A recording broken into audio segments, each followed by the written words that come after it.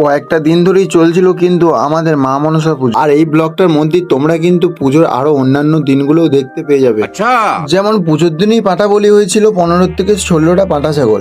আর আমি কিন্তু তোমাদেরকে ছাগলের মাথাগুলোই দেখাতে পারলাম, আর ছাগলের মেন অংশটা কিন্তু তোমাদেরকে দেখাতে পারলাম না। কারণ হচ্ছে যখন বলি হচ্ছিল তখনও আমি কিন্তু একটা ছাগলকে ধরেছিলাম, তাই ভিডিওর মধ্যে নিতে পারিনি। তো যাই হোক, এখন কিন্তু প্রায় ঘড়িতে বাজে সন্ধ্যে 7টা, আর আমাদের পুজোও কিন্তু শেষ পর্যায়ে চলে এসেছে। তোমরাও চাইলে কিন্তু ঠাকুর মশাইয়ের পুজোর মন্ত্র একটু শুনে নিতে পারো।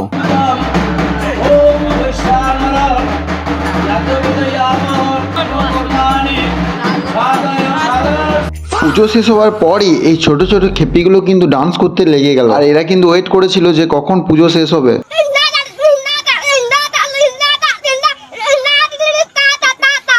পুজোর পরের দিনেই ছিল কিন্তু খুব সুন্দর একটা অনুষ্ঠান, আর এই অনুষ্ঠানটিতে এত সুন্দর গান করবে আমি আগের জন্মেও শুনিনি। চলো তোমরাও তাহলে একটু শুনে নাও।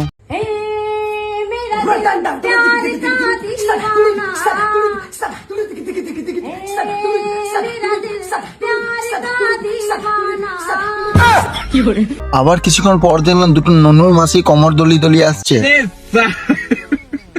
এদেরকে আমার আর কিছু বলার নাই, আর এদের ডান্স দেখে আমার এত হাসি পাচ্ছে যেন মকর সংক্রান্তি পিঠে করছে।